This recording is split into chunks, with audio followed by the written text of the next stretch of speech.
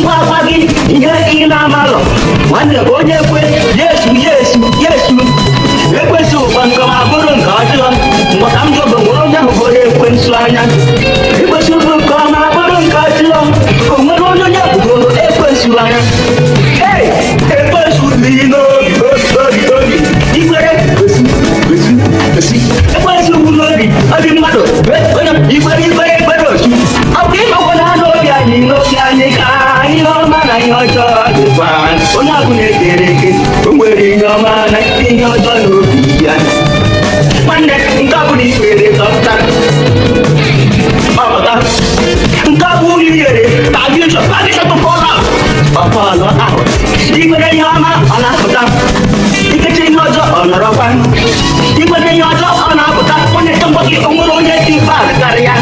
masị gị ọkụ ị na-egbu egwu ọkụ ị na-egbu mma ọkwesịrị na ịkpọrọ akpọ mkwesịrị nọ na nkọt ka e wee yi abalị ka e wee yi wee nye idere ohere ọ na-eme ngwanụ kwerenu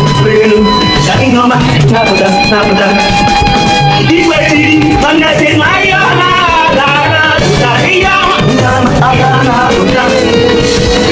na-apụta ịchọkwana ihe ọjọọ ga na-apụta ihe ọjọọ ọ na-apụta ka mgba gị olu adala nwanne ya were nke gị nwanne ihe abụọ kwa ya ka m buru bịa na-egwu nwanne ebibiri anya ihe ahụ primageeti ka ndị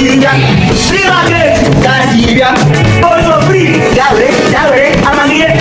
ya were nwanne ihe ọbụla ikwu na-enyere gị obi kpọrọ akpọ olise afọ igwe kele anyị were obi naanị majik ndị ọcha anyị na-eme oshi obi ha kwere na ha ga-emeri ya maka na ha kwere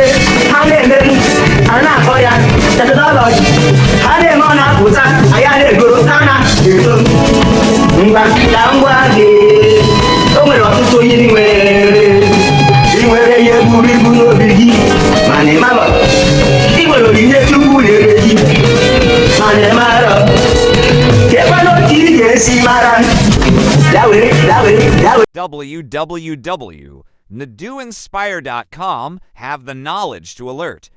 the power to start performing in the fullness of your potential. Google it now.